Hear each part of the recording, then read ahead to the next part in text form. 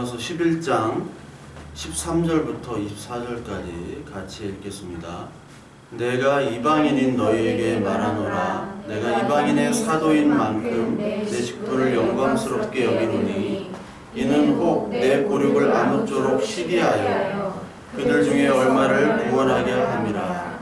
그들을 버리는 것이 세상의 화목이 되거든 그 받아들이는 것이 죽은 자 가운데서 살아나는 것이 아니면 무엇이요. 제사하는 처음 익은 곡식 가루가 거룩한즉 떡덩이도 그러하고 뿌리가 거룩한즉 가지도 그러하니라.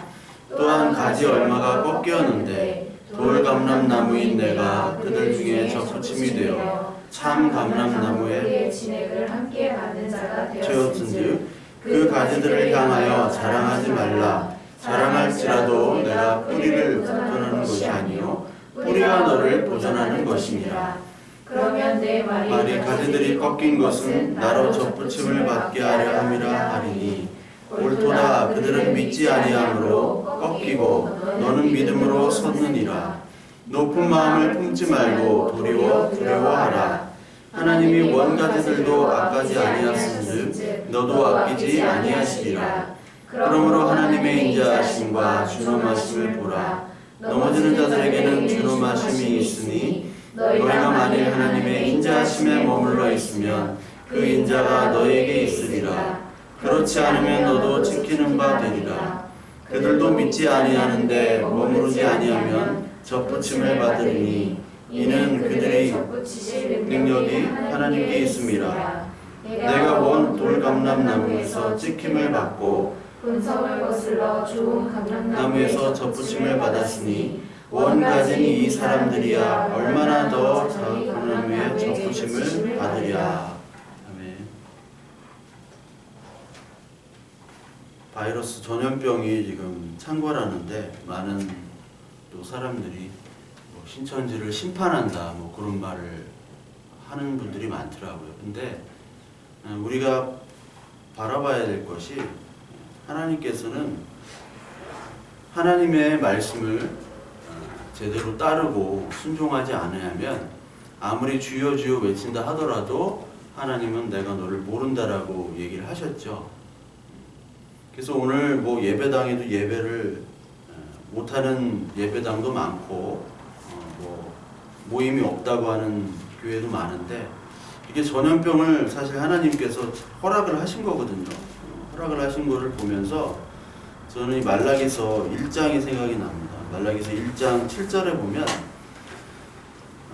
내 이름을 멸시하는 제사장들아 나 만군의 여호와가 너희에게 이르기를 아들은 그 아버지를 종은 그 주인을 공경하나니 내가 아버지일진데 나를 공경함이 어디 있느냐. 너희가 더러운 떡을 나의 제단에 드리고도 말하기를 우리가 어떻게 주를 더럽게 하였나이까 하는도다. 이는 너희가 여호와의 식탁은 경밀히 여길 것이라 말하기 때문이라.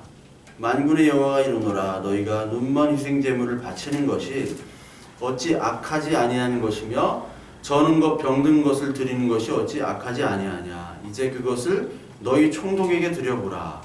그가 너를 기뻐하겠으며 너를 받아주겠느냐. 만군의 여호와가 이르노라. 너희는 나 하나님께 은혜를 구하면서 우리를 불쌍히 여기소 하여 보라. 너희가 이같이 행하였으니 내가 너희 중에 하나인들 받겠느냐. 만군의 여호와가 이르노라. 너희가 내 제단 위에 헛되이 불사르지 못하게 하기 위하여 너희 중에 성전문을 닫을 자가 있었으면 좋겠도다. 내가 너희를 기뻐하지 아니하며 너희 손으로 드리는 것을 받지도 아니하리라. 그러니까 하나님께서 너희들의 헛된 예배를 이제 참지 못하시고 성전문을 닫으신다고. 제발 닫을 수 있는 사람이 있으면 좀 닫아라 라고 얘기를 하시는 겁니다. 그러니까 우리가 이런 상황이나 어떤 이 세상에 벌어지는 사건들을 통해서 우리는 정말 하나님을 참되게 예배하고 있는가. 하나님께서 헛되이 예배하는 것들, 하나님의 뜻대로 하지 않은 우리의 모든 소망과 욕망을 담은 그런 예배들은 하나님께서 뜻대로 받지 않으신다는 겁니다.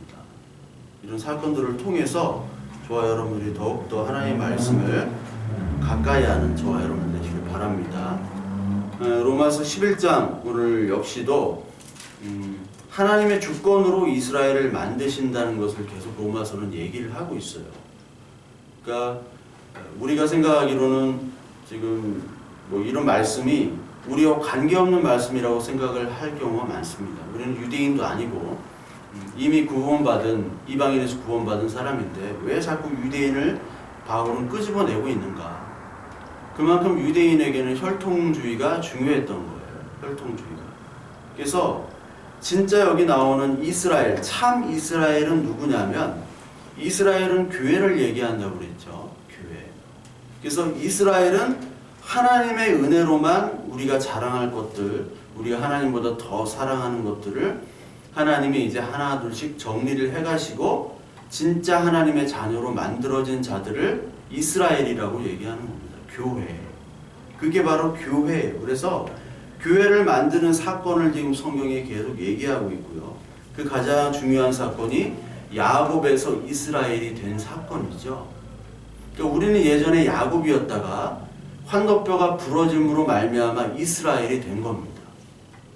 그래서 이스라엘은 교회가 된 거예요. 근데 자기가 이스라엘로 여기면서 아직까지 환도뼈가 부러지는 과정도 겪지 않고 그리고 환도뼈를 부러뜨리는 하나님을 그 용납하지 못하는 나에게는 환도뼈가 부러질 수 없습니다. 나는 야곱처럼 제멋대로 살지만 하나님 이스라엘로 받아주세요 하는 가짜들이 있다라는 겁니다. 그래서 하나님께서는 유대인을 택한 것이 아니라 이방인을 택한 것이 아니라 유대인이나 이방인이나 모든 사람들에게 하나님 예수 그리스도를 믿는 사람을 이스라엘로 택하는 거다라고 계속해서 유대인들에게 얘기를 하고 있어요. 그래서 지금 뭐 백투 예루살렘, 그 인터콥, 뭐 최바울 그런 분들이 하는 거나 아니면 시오니즘, 이 이스라엘의 혈통적인 유대인들이 다 구원을 받아야지 하나님인 예수 그리스도께서 다시 재림하신다라고 하는 것들은 다 거짓말이고 잘못된 성경의 해석이에요. 그래서 그런 데를 빠지시면 안 됩니다.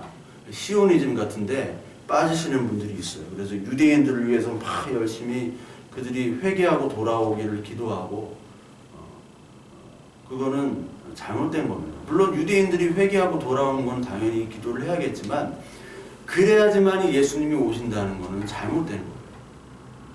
육체적인 이스라엘을 섬기는 겁니다. 그래서 이 육체적인 이스라엘을 섬기는 사람들은 자신을 선민이라고 여기죠. 선민. 선택받은 사람. 자기들만 선택받은 사람들이에요. 그래서 유대인들의 믿음의 조상이 누굽니까? 아브라함이에요. 그러니까 자기들은 원래 하나님께서 선택받은 자고 율법을 우리에게 주셨으니까 우월의식이 있는데 성경 전체에선 그 우월의식을 인정하지 않습니다. 아브라함이 어떤 사람이었냐? 유대인들이 자랑하는 인물이 아브라함이죠. 믿음의 조상이니까. 근데 아브라함이 원래 믿음이 있었습니까? 없었습니까? 없었습니다. 아브라함은 원래 하나님을 섬기던 자였나요? 아니죠. 우상을 섬기던 자였습니다. 여호수아 2장에 보시면 여호수아 24장 2절에 보시면 이런 말씀이 있습니다. 여호수아가 모든 백성에게 이르되 이스라엘의 하나님 여호와께서 이같이 말씀하시기를 옛적에 너희 조상들 곧 아브라함의 아버지 나홀의 아버지 데라가 강 저쪽에 거주하여 다른 신을 섬겼으니 내가 너희의 조상 아브라함을 강 저쪽에서 이끌어내어 가나안 온 땅에 두루 행하게 하고 그의 씨를 번성하게 하려고 그에게 이삭을 주었으며 이렇게 나옵니다. 그러니까 여호수아가 백성들에게 얘기하는 거예요. 이 백성들은 애굽의 백성들이기 때문에 지금 자신의 혈통과 자신의 조상 아브라함에 대해서 알지를 못해요. 애굽에서 430년을 살았기 때문에 애굽의 언어를 쓰고 애굽의 음식을 먹고 애굽의 옷을 입었던 사람입니다. 그러니까 이스라엘 하나님의 백성이 아닌 거예요. 아닙니다. 400년간 통치를 받았으면 그 나라 사람이에요. 그래서 이 모세가 하나님께서 명령을 하셔서 하나님의 영으로 지금 모세가 이 이스라엘 백성들에 얘기합니다. 니들이 자랑하는 아브라함, 조상 아브라함은 지금 옛날에 아브라함 아버지가 데라가 우상을 섬겼던 사람이다 라고 얘기하는 거예요. 그러니까 아브라함도 우상을 섬겼겠죠. 그러니까 원래 우상을 섬겼던 사람이다라고 얘기를 하는 겁니다. 그러니까 너희들 이스라엘 백성 유대인들은 원래 우상 덩어리야. 우상에서 섬겼는데 하나님이 끌어내신 분이기 때문에 너희들에겐 자랑할 것이 없어. 선민이라고 얘기하지 마. 너희들에게 믿음이 있다고 얘기하지 말라는 얘기입니다. 이 남미의 가장 보수적인 국가, 폐쇄적인 국가가 아르헨티나입니다. 그 아르헨티나에 가면은 그 아르헨티나 백인들이 있죠. 이태리에서 스페인, 독일계 그 백인들은 그 동양, 일본이나 뭐 한국, 중국에서 온 사람들이 일을 열심히 하잖아요. 그래서 그 사람들이 조금 일을 열심히 해서 잘된 것을 좀 샘내고 좀 미워해요. 특히 이제 아르헨티나 쪽에 백인도 아니고 흑인도 아닌 그런 사람들이 있어요. 약간 섞인. 근데 그런 사람들은 이제 그 좀 밑에 하류층, 소득이 별로 없는 사람들인데 그 사람들이 어떻게 생각하냐면 우리 땅에 와가지고 이방인들이 와서 우리의 먹거리나 우리의 일자리를 다 뺏는다고 생각을 해요. 근데 지들이 자기 땅이라고 여기는 거예요. 그 아르헨티나를. 근데 아르헨티나의 원주민이 따로 있죠. 아르헨티나 원주민은 따로 있는데 그 원주민들을 그 백인들이나 그 사람들이 다 내쫓고 자기가 차지했어요. 차지해놓고 자기들이 원주민이라고 생각하는 거예요. 자기들은 원주민이 아닙니다. 원주민은 따로 있어요. 따로 우리처럼 생긴 원주민들이 있어요. 그 원주민들은 저쪽 구석에다 몰아놓고 거기서 그냥 살고 있어요. 물고기나 잡으면서. 지들이 이 땅의 주인이라고 착각을 하는 겁니다. 마찬가지죠. 유대인들 뿐만 아니라 이 인간들이 착각하는 겁니다. 이 세상의 주인이 나고 이 인생의 주인이 나라는 얘기입니다. 그러니까 하나님께서 말씀으로 우리에게 오신다는 것은 회개의 영을 우리에게 주신 겁니다. 회개란 뭐냐면 내가 누구인지를 아는 거예요. 하나님의 말씀으로 말미암아 너는 누구이며 이 세상은 어떤 곳인지를 알게 하는 거예요. 그러면서 하나님을 깨닫고 하나님만을 바라보게 되는 것이 회개입니다. 이게 마음이 뒤집어졌다는 뜻이에요. 전에는 나밖에 모르고 내가 바라보고 내가 들리는 것, 내가 생각하는 것, 그리고 나와 너가 우려진 그 집단이 얘기하는 그 속에서만 살았는데 하나님의 말씀이 오니까 그 집단에서 벗어나서 하나님을 알게 되는 거죠. 그래서 나는 옛날에 그냥 이렇게 열심히 살면 되는 건 줄 알았는데 지금 죽음으로 가고 있구나. 아니 죽었구나. 허물과 죄로 죽었는데 하나님께서 그 허물과 죄로 죽은 우리를 살리셨구나. 그거를 말씀을 통해서 알게 되는 게 회개예요. 그 회개의 영을 우리에게 주어주시는 겁니다. 그래서 아브라함이나 우리나 그 회개의 영은 우리의 조건과 자격으로 주어지는 것이 아니라 하나님께서 일방적으로 주시는 거죠. 우리도 우상을 섬겼던 사람들이에요. 그러니까 하나님께서 주어주시는 그 구원의 방법은 어떻게 하든지 다 선입니다. 그래서 오늘 우리 로마서 11장에 우리가 읽었던 말씀이 있죠. 그 14절 이는 혹 내 볼육을 아무쪼록 시기하여 그들 중에 얼마를 구원하려 함이라. 그들을 버리는 것이 세상의 화목이 되거든 그 받아들이는 것이 죽은 자 가운데 살아난 것이 아니면 무엇이리요. 하나님께서 그 바울이 지금 이스라엘 백성들이 그 이방인들이 구원받은 것을 질투로 여기는 것을 통해서 이스라엘 백성이 그 질투로 말미암아 하나님을 더 찾는다고 한다면 그것도 좋은 방법이요. 그리고 이스라엘을 버리는 것도 세상의 화목이요. 이스라엘을 받아들이는 것도 생명이라는 뜻이에요. 그러니까 하나님의 일들은 이스라엘을 버리든지 이스라엘을 그 유대인들을 받아들이든지 우리가 볼 때는 불이할 수 있어요. 하나님이. 그렇지만 하나님의 방법은 우리가 생각하지 못하는 그런 신비한 방법에 의해서 하나님의 자녀들을 만들어낸다는 겁니다. 따라서 이스라엘이란 어떤 역할을 하느냐? 하나님께서 하나님 자녀들을 어떻게 인도하시느냐에 대한 모델을 보여주고 있어요. 그래서 죄, 구원, 은혜의 모습들을 통해서 구약의 유대인들을 보여주고 있어요. 그래서 구약의 유대인들의 모습을 보면서 우리의 죄를 봐야 되고요. 우리의 모습을 봐야 됩니다. 그럼에도 불구하고 하나님께서 은혜로 우리를 구원해 주셨다라는 모델이 이스라엘이라고 말씀을 드렸죠. 이스라엘 그 유대인들. 그러니까 이스라엘 교회 유대인 그 이스라엘들은 죄가 있고 흠이 있는 불량품이었는데 하나님께서 그 불량품을 끄집어내 가지고 최상품으로 만드신 거예요. 그것이 하나님의 일입니다. 오늘 나오는 돌감람나무와 참감람나무 비유가 있습니다. 원래 우리 불량품인 돌감람나무였는데 참감람나무신 예수 그리스도께서 그거를 불러다가 돌감람나무 가지를 꺾어서 참감람나무에다 접을 붙였다는 내용이에요. 그게 우리의 구원이고 그게 하나님의 주권대로 은혜를 주신 거라는 얘기입니다. 그래서 여러분들 하나님께서 우리를 최상품으로 만들어 주셨다. 그러면서 우리가 최상품을 만들어진 이유는 하나님 나무, 그 참 감람나무의 뿌리의 진액 때문에 만들어졌다고 얘기하죠. 그래서 18절에 보면 그 가지들을 향하여 자랑하지 말라. 자랑할지라도 내가 뿌리를 보존하는 것이 아니요 뿌리가 너를 보존하는 것이니라. 우리는 가지고 하나님은 참 감람나무이며 그 뿌리에서 양분이 자라서 가지로 뻗어나가죠. 요한복음 15장에 보면 포도나무 비유가 있습니다. 포도나무는 하나님 예수 그리스도요. 우리는 가지죠. 가지는 뿌리로부터 양분을 받지 아니하면 죽습니다. 그래서 모든 가지는 뿌리로부터 양분을 받아야지 가지가 살아나지 양분을 받지 못하면 가지는 썩고 죽게 되죠. 그래서 최고의 요리를 만들려면 최고의 재료가 필요하듯이 건강한 나무, 건강한 열매를 맺으려면 뿌리가 튼튼해야 돼요. 뿌리가 좋아야 됩니다. 그 뿌리로부터 양분이 가지까지 그리고 가지에서 꽃이 피고 열매를 맺게 되는 거예요. 그래서 뿌리로부터 나오는 그 모든 에너지원이 연결이 돼야 돼요. 제 어머니가 이제 장애가 있으시기 때문에 다리를 만져보면 다리가 항상 차요.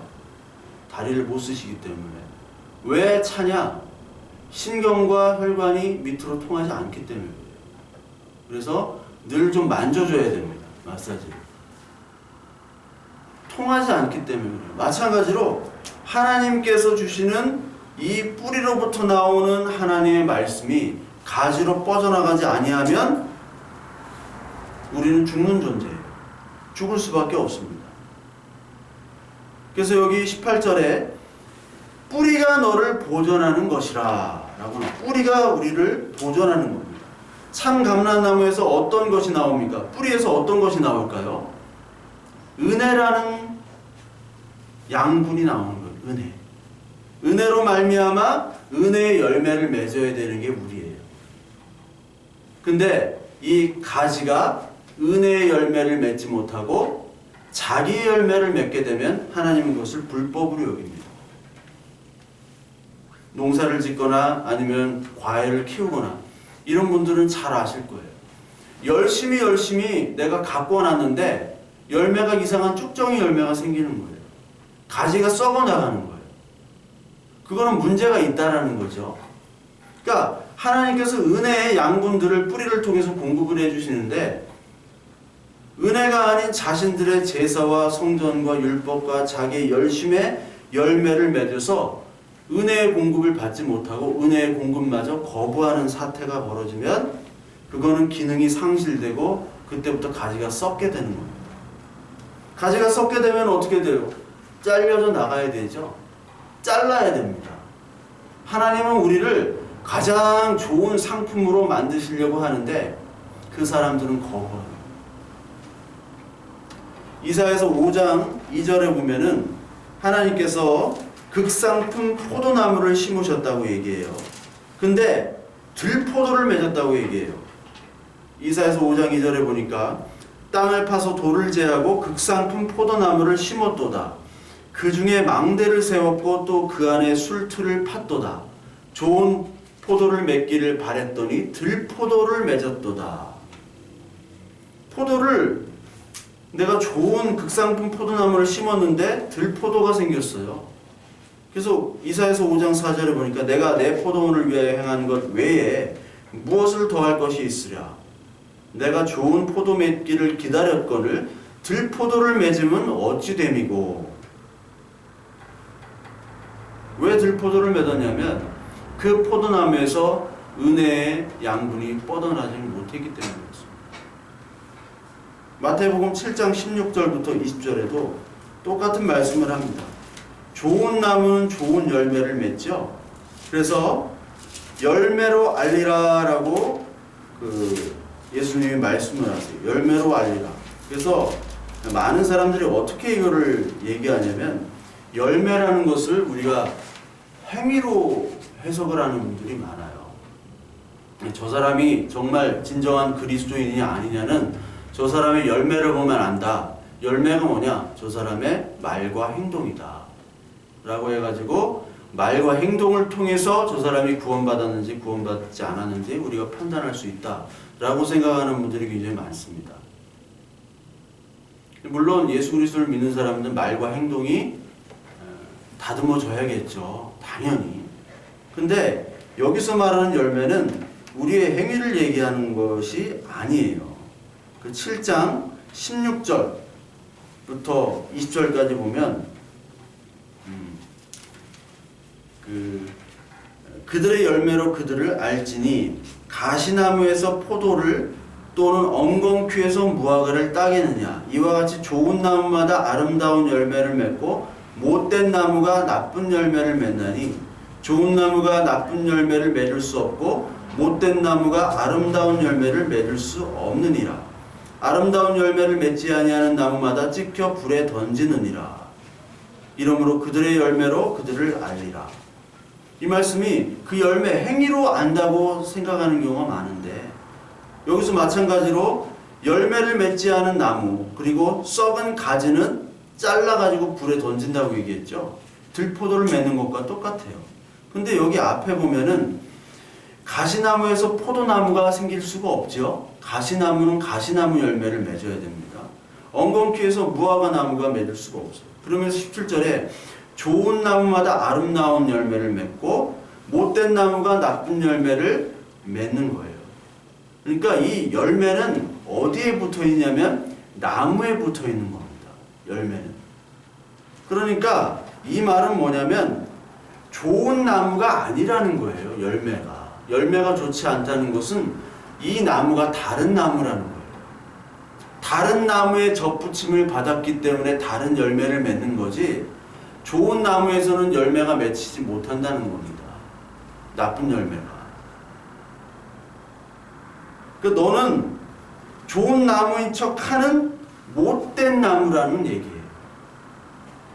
그러니까 열매로 알리라는 것은 그 나무가 좋은 나무인데도 좋은 나무 안에서는 좋은 열매만 맺을 수 있지 나쁜 열매는 맺을 수 없다라는 얘기죠.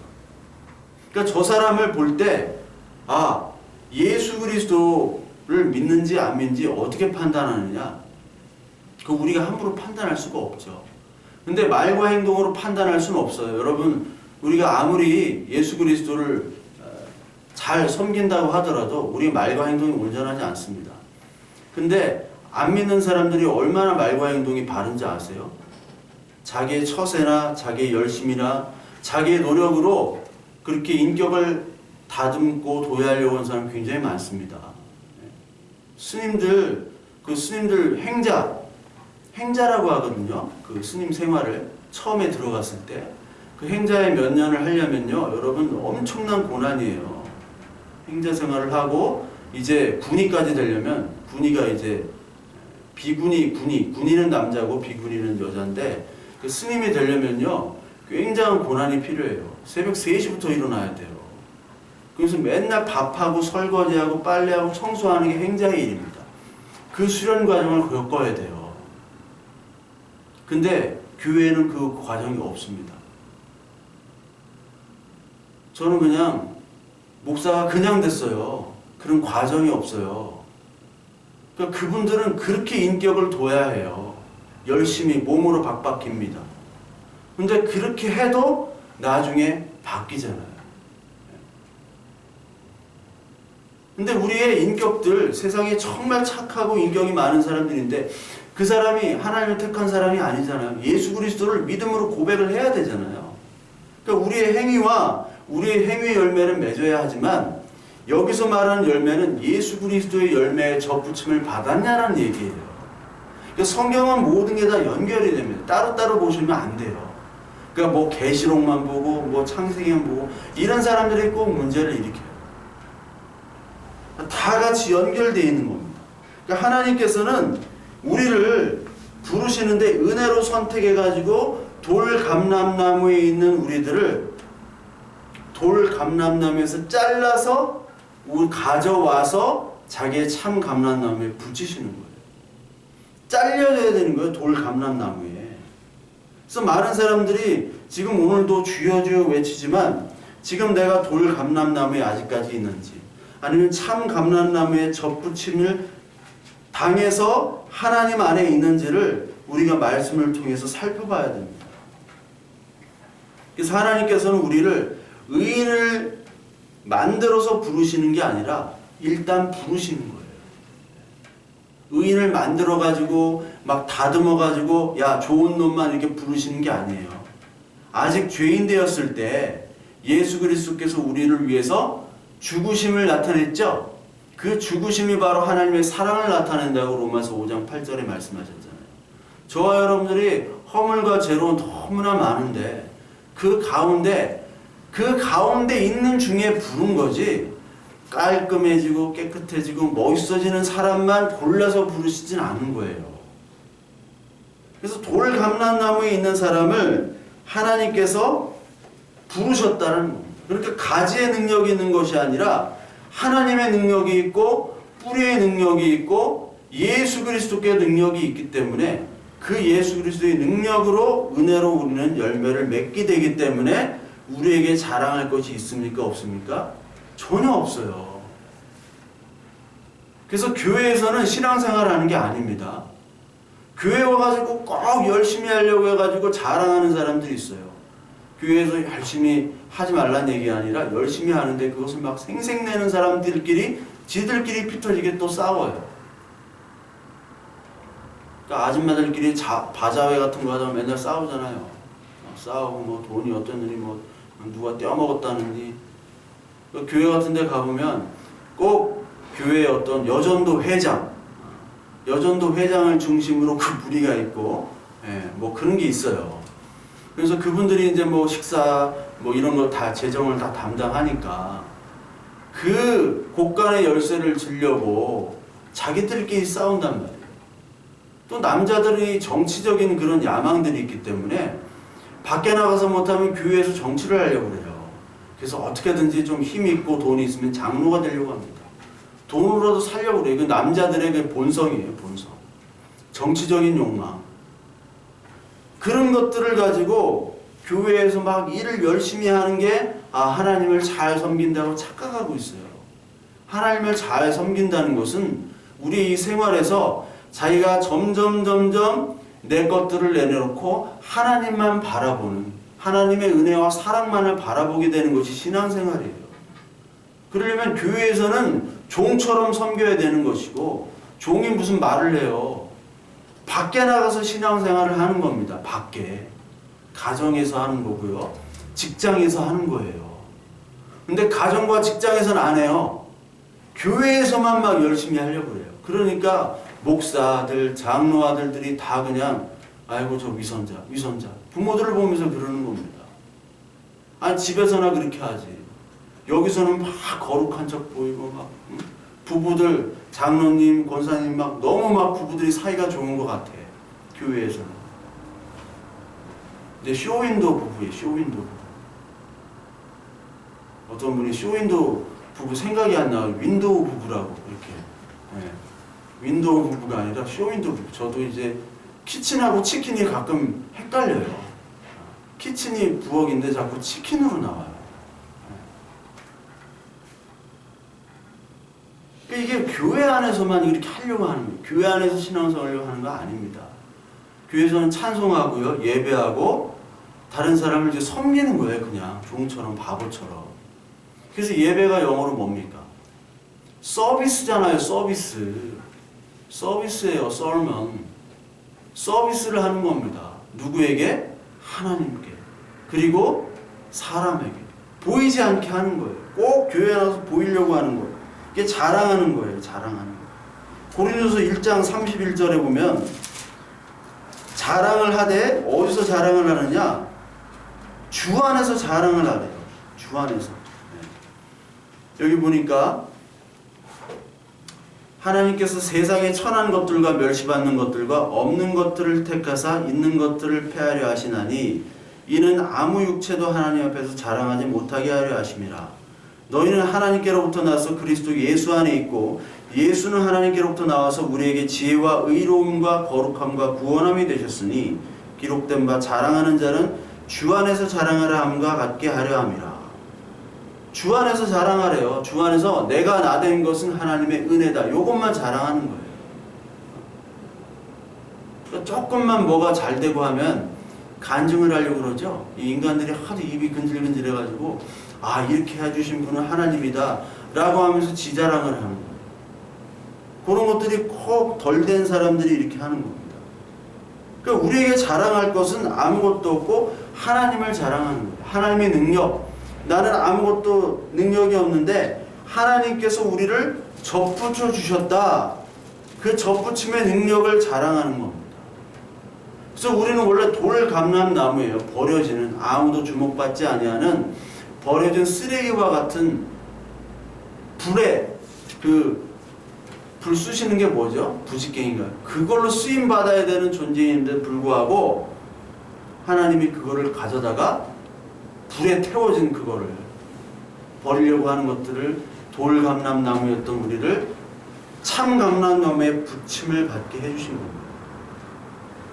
그래서 우리는 돌감람나무에서 떨어져 나와야 돼요. 가지가 떨어져 나오지 않으니까 붙으려고 하니까 하나님이 그거를 분질러서 우리를 접붙이는 겁니다. 그래서 돌감람나무 사회예요. 우리의 사회는 율법, 이 시대의 율법이 뭡니까? 돈과 그리고 인기와 이런 것들이 다 율법이에요. 그걸로 사람들을 재단하잖아요. 유대인들은 율법을 잘 지켰냐 지키지 않았냐 가지고 사람을 등급을 나누고 판단을 했죠. 선악을 나눴어요. 저 사람은 나쁜 사람, 저 사람은 좋은 사람. 왜? 율법의 기준으로. 오늘도 이 시대에 내가 어떤 지위를 가지고 돈을 벌고 그리고 어떤 생활을 누리고 인간관계가 어느 정도고 이거 가지고 다 판단하는 것이 율법입니다. 이것이 바로 돌감람나무 사회인데 하나님께서 이 돌감람나무 사회인 살던 우리를 가지를 꺾어버리는 거예요. 그러니까 우리는 계속해서 돌감람나무 사회에 붙어 있으려고 하는데 하나님이 꺾어버리는 겁니다. 이게 하나님이 야곱의 환도뼈를 치시는 거고 바울이 잘 먹고 잘 살 수 있었어요. 근데 집안에서도 파면당했죠. 사람들이 자기를 죽이려고 하죠. 전까지 자기의 동료들이었던 그 유대인들이 자기를 죽이려고 하니까. 이렇게 고난받는 이유는 하나님의 영이 임했기 때문에 그래요. 그러니까 저와 여러분들이 예수 그리스도인의 영이 임하면요. 이 세상에서 잘 못 산다니까요. 힘들어요. 뭐 돈을 벌고 안 벌고가 문제가 아니라 가치관이 달라지니까. 틀리단 말이에요. 몇 명만 모이면은 뭐 어디가 뭐 땅값이 오른다, 집값이 오른다, 어디가 학군이 좋다 이런 얘기만 하는데 우리는 그런 얘기와 전혀 관계가 없는 자가 됐잖아요. 옛날에는 그런 얘기만 했던 우리가. 그러니까 왕따가 당하는 거예요. 너는 그런 거 관심 없니? 관심 없는데. 너는 도대체 뭐가 관심 있니? 하나님이 이렇게 인도하시는 그 하나님의 은혜를 얘기하면 사람들은 이해를 못하고요. 그 우리들을 바보 취급한단 말이에요. 그러니까 우리의 이 접붙이게 하는 이 과정 속에서 하나님께서 주시는 고난들이 있어요. 그거를 하나님의 말씀으로 잘 이겨나가라는 겁니다. 그러니까 성경 전체 얘기는 돌감람나무 가지에서 잘려서 참감람나무의 접붙임을 당하는 얘기가 성경 전체 얘기예요. 그래서 잘려지게 되면 어떻게 되느냐? 우리가 얼마나 가난하고 참담하고 죄인인지를 깨닫게 되는 거죠. 이게 하나님의 말씀이 들어와서 성령께서 죄에 대하여 의에 대하여 심판에 대해서 우리를 알게 하신다고 하시는 말씀입니다. 그래서 계시록에 보면요. 계시록 3장에 보면 라오디게아 교회에 있죠. 라오디게아 교회에다가 진단을 하십니다. 하나님께서.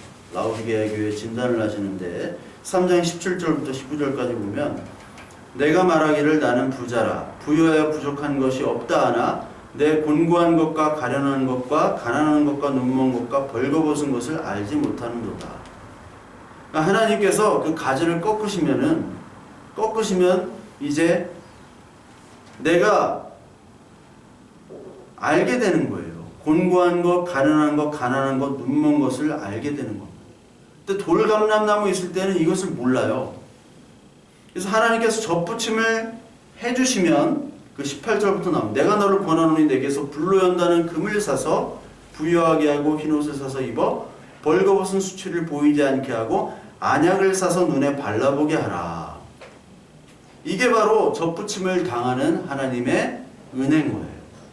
안약을 사고 벌거벗은 수치를 보이지 않게 흰옷을 사서 입혀주시죠. 아담과 하와가 벌거벗을 때 그 무화과 율법나무 다 시드는 그 율법나무가 아닌 가죽 옷으로 붙여주셨잖아요. 부끄러움을 가리게 하셨잖아요. 그 은혜를 주시는 겁니다. 접붙임을 당하게 하시는 거예요. 그렇게 당하게 하시게 하면 거기서 내가 원래 부자인 줄 알았고 내가 잘난 줄 알았고 이쁜 줄 알았는데 아니구나. 내가 정말 못났고 죄인이고 이런 자였는데 하나님이 나를 불러주셨구나. 그걸 알게 되는 겁니다. 그걸 알지 못하고 오늘도 열심히 주여 주여 외치고 예배한다면 하나님께서 그 예배를 받지 않으시는 거예요. 가짜들이 판치는 겁니다. 짝퉁이 판치는 거예요. 그거는 오늘날도 그렇고 예전에도 그렇고 계시록에도 나옵니다. 계시록에 7개의 교회를 얘기하면서 7개의 교회가 전 세계 교회의 모습을 얘기하는 겁니다. 근데 그 중에서 책망받지 않는 교회가 몇 교회예요? 딱 2교회밖에 없어요. 필라델피아랑 서머나 교회밖에 없습니다. 나머지는 다 진단을 해보니까 다 썩은 교회예요. 다 썩었다라는 얘기예요. 그러면서 하나님이 맨 마지막에 얘기하시는 게 귀 있는 자들은 들으라고 얘기하시잖아요. 성령이 교회들에게 하시는 말씀을 들을지어다가 모든 교회의 맨 마지막에 공통점으로 하나님께서 말씀하고 계십니다. 뭐를 듣냐? 네가 얼마나 벌거벗은 자고 죄인인지를 알란 얘기죠. 근데 이것을 끝까지 듣지 않는 사람들을 하나님이 사탄으로 얘기합니다. 요한계시록 3장 9절을 보면 보라 사탄의 회당 곧 자칭 유대인이라 하나 그렇지 아니하고 거짓말하는 자들 중에서 며칠 내게 주어 그들로 와서 내 발 앞에 절하게 하고 내가 너를 사랑하는 줄 알게 하리라. 유대인을 사탄의 모임이라고 그래요. 유대인은 사탄입니다. 왜 유대인이 사탄일까요? 사탄은 666이죠. 666 계시록에 나온 666은 인간의 모든 능력을 다 동원해서 하나님의 역할을 하려고 하는 게 666입니다. 그러니까 유대인들은 지금도 열심히 자기의 노력과 그 성공을 가지고 이 성전을 만들고 이 세상을 지배하려고 하잖아요. 지금 유대인들이 성공했잖아요. 그게 666이라는 거예요. 하나님의 은혜를 몰라요. 요한계시록 2장 9절에도 또 사탄의 회당이 나옵니다. 내가 환난과 궁핍을 알거니와 실상은 내가 부요한 자니라. 자칭 유대인이라는 자들의 비방도 알거니와 실상은 유대인이 아니요 사탄의 회당이라. 사탄의 모임이래요. 유대인이. 왜? 유대인은 자기의 부요함, 자기의 노력과 자기의 자격을 얘기하고 자랑하니까. 그러니까 자기의 능력을 가지고 죽음도 이겨나갈 수 있다라고 얘기하는 게 유대인이기 때문에 이 유대인들에게는 하나님의 은혜가 필요해요? 필요치 않아요? 하나님의 은혜가 없어도 자기가 할 수 있어요. 내가 모든 걸 가졌는데 하나님께 기도할 필요가 뭐가 있습니까? 하나님의 은혜가 뭐가 필요해요? 그러니까 666이고 사탄입니다. 666은 짐승의 숫자, 사람의 숫자라고 그랬어요. 그러니까 사람은요, 하나님의 은혜를 받아서 꺾여지게 되면 그 사람은 하나님의 사람이지만 그 하나님의 사람이 아닌 자기의 능력과 자기의 노력과 자기의 의지로 모든 것들을 하려고 하는 사람은 사탄이라는 얘기입니다. 성경에서. 그게 사탄이에요. 딴 게 사탄이 아니라. 그러니까 인간은 사탄일 수도 있고 하나님의 자녀일 수도 있는 거예요. 이 두 가지로 나눠져. 인간은 딱 두 가지예요. 사탄이나 하나님의 자녀나. 그 인간의 모습을 성경에서 보여주고 있습니다. 너 666이 될래? 아니면 7이 될래? 아, 나 6이 되고 싶어요. 나는 6 중에 가장 최고인 666 세 번 반복이잖아요. 히브리어의 세 번 반복은 최고의 최상급이에요. 최상급은 없어요. 히브리어에 두 번 반복 비교급밖에 없어요. 히브리어는. 비교급을 세 번이나 했다는 것은 최상급의 표현입니다. 최고의 인간, 영웅이 되고 싶어요. 롤 모델이 되고 싶어요. 그게 바로 인간의 666이에요. 그랬던 사람들 우리예요. 다. 저와 여러분들이에요. 잘 먹고 잘 살고 싶었죠? 막 이뻐지고 싶었죠? 교회에서 롤모델이 있잖아요. 응? 롤모델이 있잖아요. 부부인데 막 잘 살아. 수백억 재산가야. 예배도 열심히 들어. 겸손해. 부부 사이도 그렇게 좋아. 자녀들 잘 됐어. 어쩜 저렇게 복을 받았는가. 나도 저렇게 되고 싶다. 다 그 모습을 보고 있어요. 근데 그렇게 너무 잘 되면요.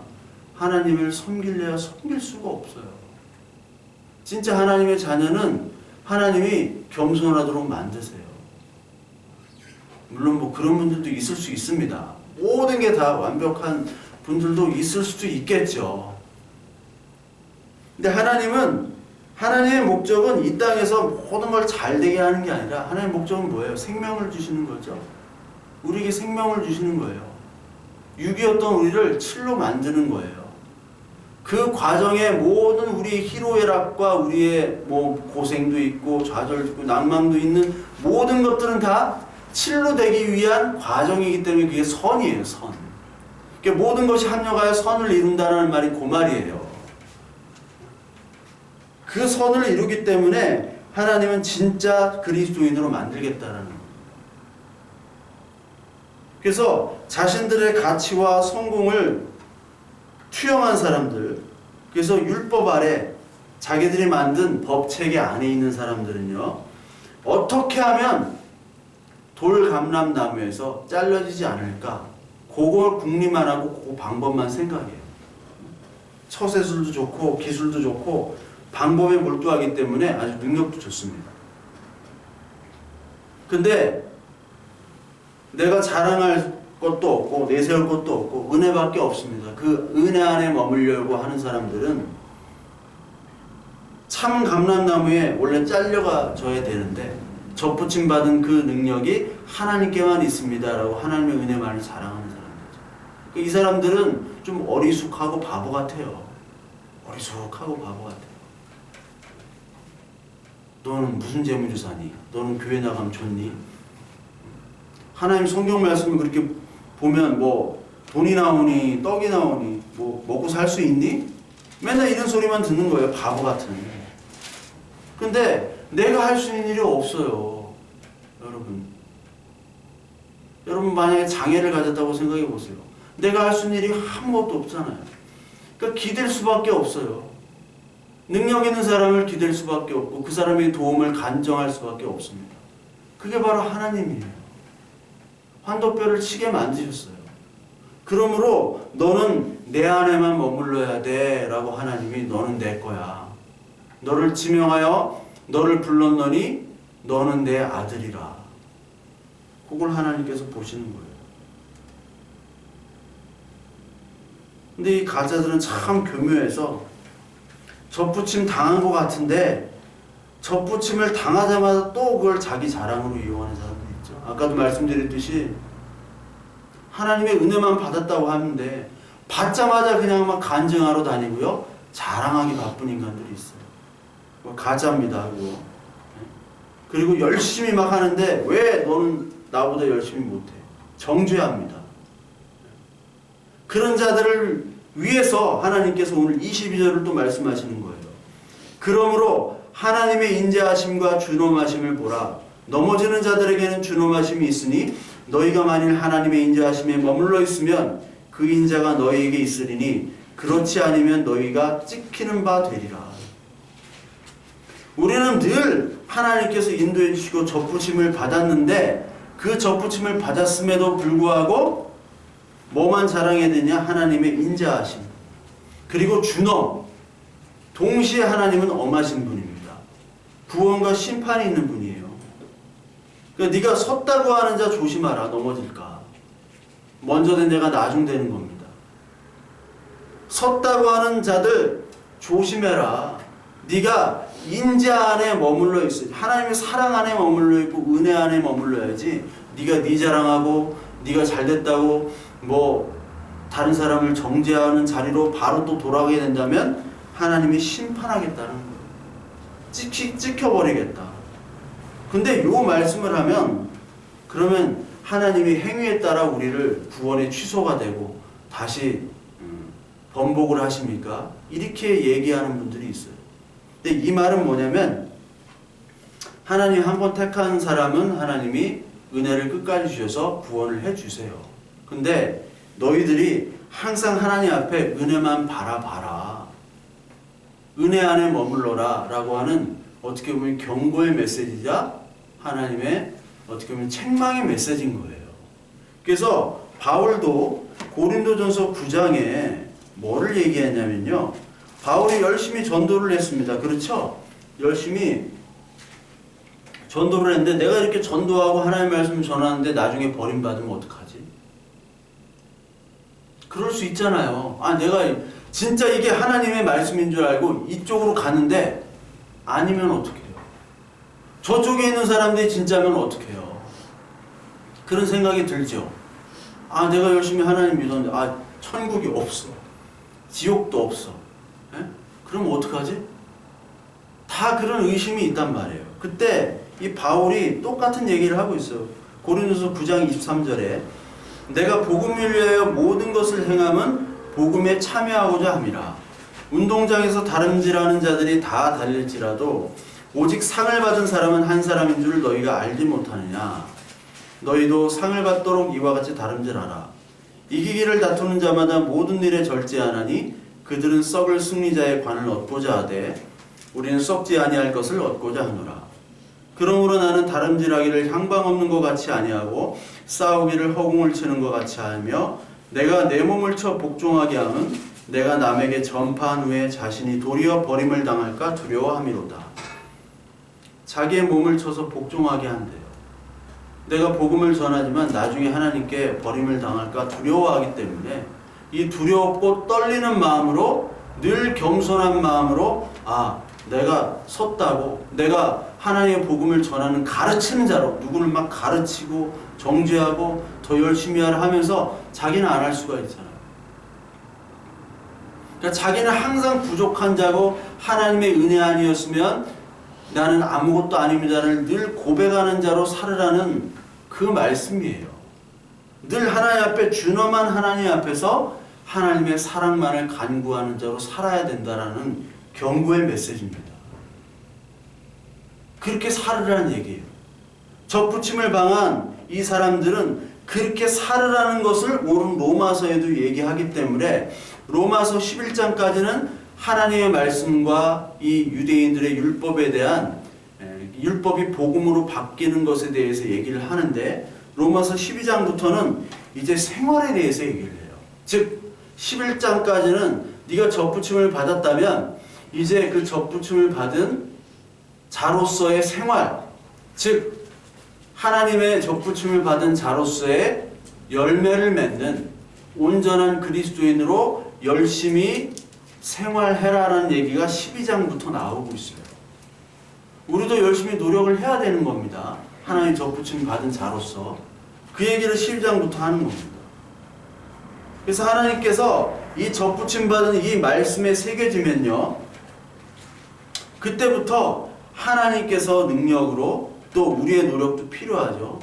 그 열매를 우리의 행위와 우리의 어떤 인격의 이 모습들도 계속해서 하나님 앞에서 점검받아가면서 우리는 열매를 맺도록 우리도 열심히 다그쳐야 되는 거예요. 이게 몸을 쳐서 복종하는 거예요. 바울도 얼마나 포기하고 싶을 때가 많았겠습니까? 유혹도 많고 포기하고 싶기도 많고 자기를 죽이려고 하는 사람이 40명이나 달라드니까 그만할까? 내 목숨도 아깝고 위험하고 무섭고 얼마나 두렵고 그렇겠어요.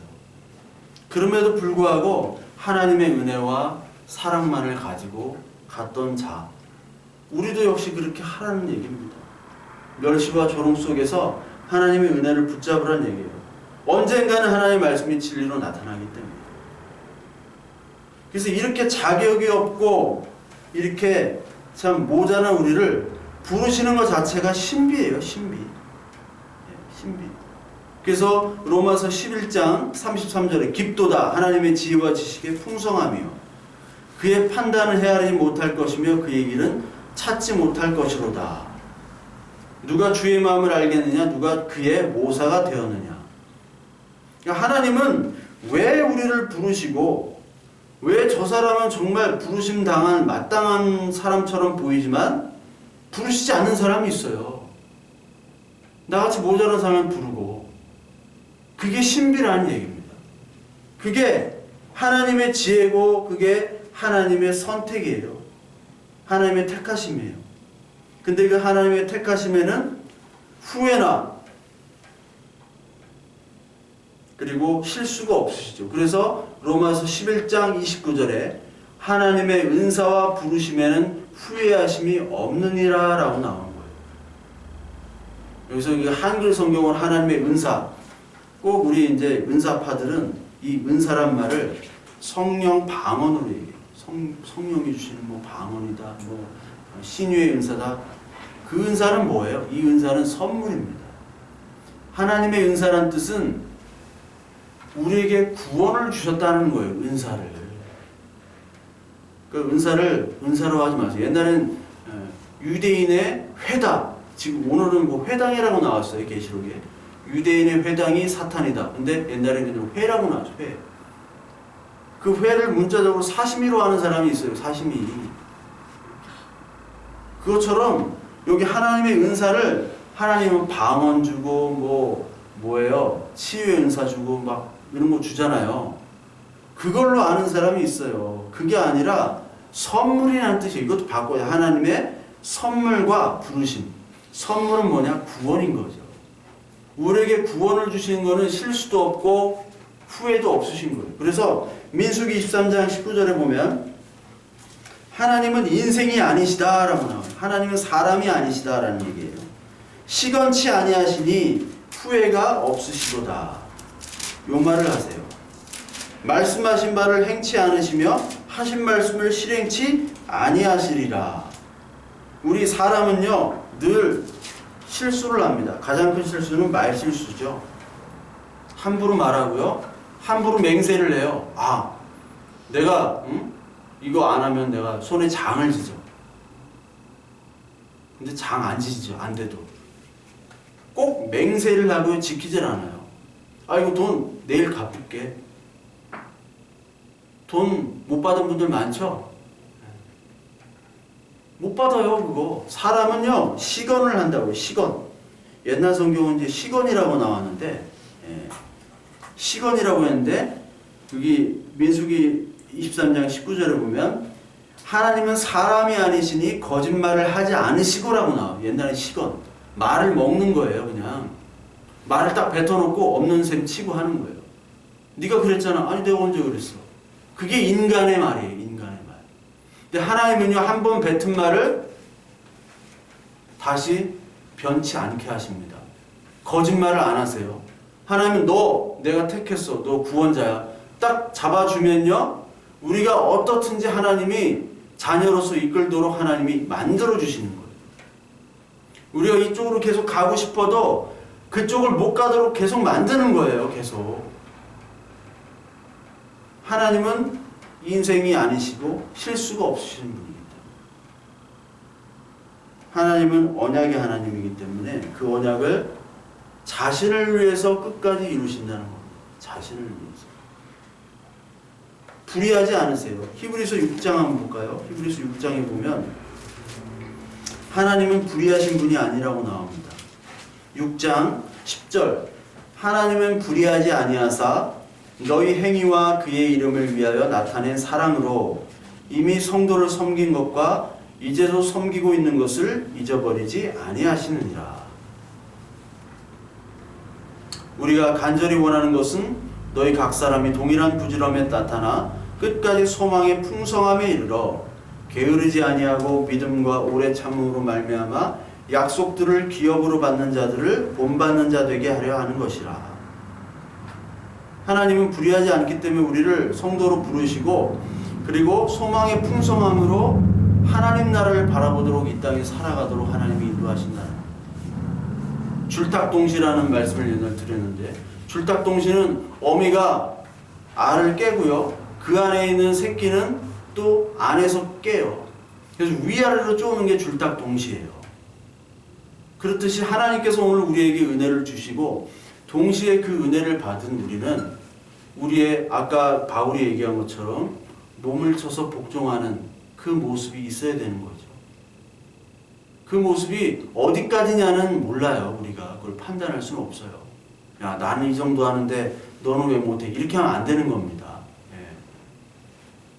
그러니까 우리의 열매, 우리 하나님의 열매로, 하나님의 나무로 접붙임 받았기 때문에 그 하나님의 향기와 하나님의 모습이, 하나님의 그 거룩한 모습들이 어느 정도 우리에게 나타나는 노력이 우리에게 필요하다는 얘기입니다. 근데 하나님이 택하면은 우리가 부족하더라도 하나님이 인도해 주신다는 얘기예요. 왜? 하나님이 실수 아니하시고 불의함이 없기 때문에. 그래서 히브리서 6장 13절에 하나님이 아브라함에게 약속하실 때 가리켜 맹세할 자가 자기보다 더 큰 이가 없으므로 자기를 가리켜 맹세하되 이르시되 내가 반드시 너에게 복을 주고 복을 주며 너를 번성하게 하고 번성하게 하리니 하셨더니 그가 이같이 오래 참아 약속을 받았느니라. 사람들은 자기보다 더 큰 자를 가리켜 맹세하나니 맹세는 그들이 다투는 모든 일의 최후의 확정이니라. 하나님은 약속을 기업으로 받는 자들에게 그 뜻이 변하지 아니함을 충분히 나타내시려고 그 일을 맹세로 보증하셨으니 이는 하나님이 거짓말을 하실 수 없는 이 두 가지 변하지 못할 사실로 말미암아 앞에 있는 소망을 얻으려고 피난처를 찾는 우리에게 큰 안위를 받게 하심이라. 뭔 말인지 모르겠죠? 예. 뭔 말인지 모르겠는데 쉽게 얘기하면 하나님이 내가 택했으니까 내가 이루겠다라는 얘기예요. 아브라함을 들면서 아브라함과 창세기 15장의 언약을 할 때 뭐 이거 수십 번 말씀을 드렸잖아요. 내가 너를 택했는데 내가 너를 구원하겠다. 근데 우리가 죄인이기 때문에 죄와 사망에서 구원을 못 하잖아요. 우리는 죽은 존재니까. 그렇기 때문에 내가 택해서 내가 책임을 짓게. 이건 계약이 아니라 인간 간의 계약은 상호 유지해야 되지만 하나님의 언약은 하나님이 택하고 하나님의 계약서 써가지고 하나님이 그냥 하나님 일방적으로 통보를 하는 거예요. 너 내 아들, 너 내 거. 싫어요. 싫어도 할 수 없어요. 하나님 택했으면은 우리는 싫어도 거기에 빠져나갈 수가 없습니다. 그 언약을 얘기하는 거예요. 내가 할게. 너희들은 니들끼리 맹세해가지고 니들끼리 안 지키지, 거짓말하지, 사기치지. 그러나 나는 사기치지 않아. 나는 거짓말하지 않아. 왜? 나는 하나님이니까. 하나님이니까 하나님이 약속하고 하나님이 만들고 하나님이 너희들을 이끌 거야. 내 자녀로. 그 얘기 하는 거예요. 그 얘기. 그 얘기를 하기 위해서 뭐를 주셨냐? 그래서 히브리서 오늘 읽은 그 히브리서 6장 맨 마지막에 예수께서 멜기세덱의 반차를 따라 영원히 대제사장이 되어 우리를 위해 들어가셨느니라. 요 말을 하는 겁니다. 대제사장으로 오셔가지고 예수님이 그 우리를 위하여 지성소로 들어가셨다라는 얘기예요. 옛날에 대제사장이 지성소에 1년에 한 번 들어갈 때 피를 뿌리죠.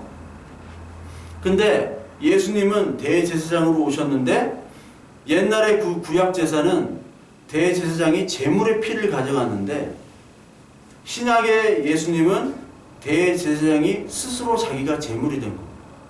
그러니까 자기 제물을 가지고 들어갔기 때문에 그 예수 그리스도의 피로 말미암아 우리는 지성소에 우리도 들어간다는 얘기예요. 옛날에 대제사장밖에 못 갔어요. 근데 우리가 들어간다는 얘기예요. 로마 캐톨릭은 이걸 인정하지 않잖아요. 제가 로마 캐톨릭 기도문을 많이 보고 또 공부를 해요. 근데 맨 그냥 마리아야 그냥. 이 마리아가 어디서 왔냐면요. 옛날에 여신들을 많이 섬겼습니다. 가나안에도 여신이 있었고 뭐 아테나 여신 있잖아요. 그리스 로마. 그 여신에서 따온 거예요.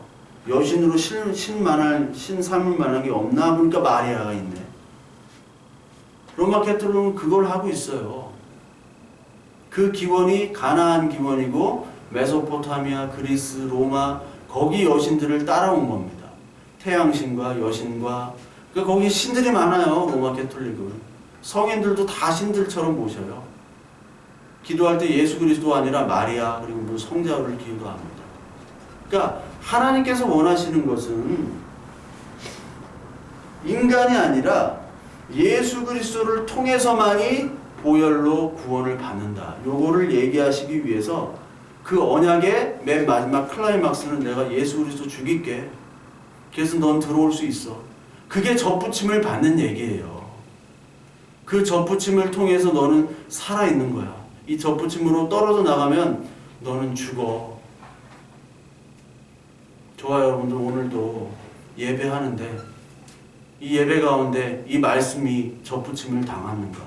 나는 정말 말씀의 접붙임을 당해서 하나님만을 고백하며 이 땅에서 뭐 생활하고 또 돈도 벌고 뭐 열심히 노력도 하고 그렇게 하고 있지만 우리의 정말 궁극적인 목적지는 어디인가? 이거를 생각하면서 살고 있는가? 우리 봐야 됩니다. 우리의 궁극적인 목적지는 접붙임을 당하여 하나님 나라 그 소망으로 살아가는 그곳이 바로 목적지여야 되고 우리가 하나님의 자녀로 이렇게 살고 있는 것 자체가 하나님의 은혜입니다. 감사합니다. 그래야 나는 바울처럼 뭐 몸을 쳐서 복종 그것까지는 모르겠지만 하여튼 하나님 내가 하나님께서 주신 그 은혜로 내가 우리의 인격적인 열매와 그리고 이 삶 속에서 하나님께 정말 그리스도인으로서 인답게 살아갈 수 있도록 하는 은혜도 주시고 내가 노력하게 하여 주시옵소서. 내가 화날 때도 있고 내가 못 참을 때도 있고 정말 내가 어떤 유혹에 빠질 때도 있지만 하나님 나를 도와주세요. 하나님의 자녀잖아요. 이 모습으로 우리가 살아가야 될 줄로 믿습니다. 이런 은혜가 저와 여러분들이 있기를 간절히 소망합니다.